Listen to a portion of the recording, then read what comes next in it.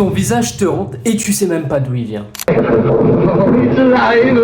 It's alive! It's alive! It's alive! Ce film, comme ce film, tu les dois au réalisateur James Whale. James Whale n'était en rien destiné au cinéma. À l'origine, il est issu d'une famille assez pauvre anglaise. Au cours de la Première Guerre mondiale, James Whale se porta volontaire pour faire partie des soldats envoyés au front. Il a été capturé au front par les Allemands. Et c'est durant cette capture qu'il va commencer à faire du théâtre, à créer des pièces. Revenu de la guerre, il souhaite faire une seule chose, du théâtre. If we change the way that movies are made, I think you can change the world. 1931, on est en plein âge d'or d'Hollywood. En 1931, c'est la sortie du film Dracula.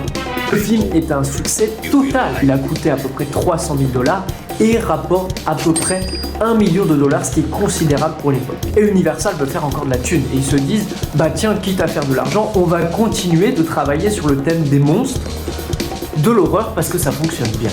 James Whale a pour mission de réaliser un film sur Frankenstein, adapté non pas directement du roman de Mary Shelley, mais d'une pièce de théâtre de Peggy Whitling. Le film, pour un coût de 262 000 $, a rapporté 12 millions de dollars.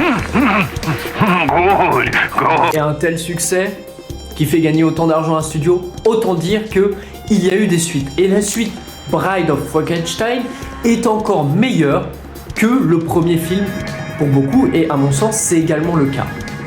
C'est un tel succès que même encore aujourd'hui, nous contemporains, lorsqu'on pense à Frankenstein, c'est pas la description de Mary Shelley qui nous vient en tête, c'est celle du film de 1931, donc l'image de Boris Karloff, auquel on pense naturellement. Et au niveau des codes du cinéma, en fait, beaucoup de codes que nous avons aujourd'hui de l'horreur viennent de ces films, Dracula, et aussi Frankenstein, notamment le savant fou, avec son assistant. Et à l'époque, ça n'existait pas, donc vraiment c'est des codes qui ont structuré notre imaginaire. Si t'as aimé cette vidéo, n'hésite pas à t'abonner, à mettre un like, un commentaire, et on se retrouve très bientôt.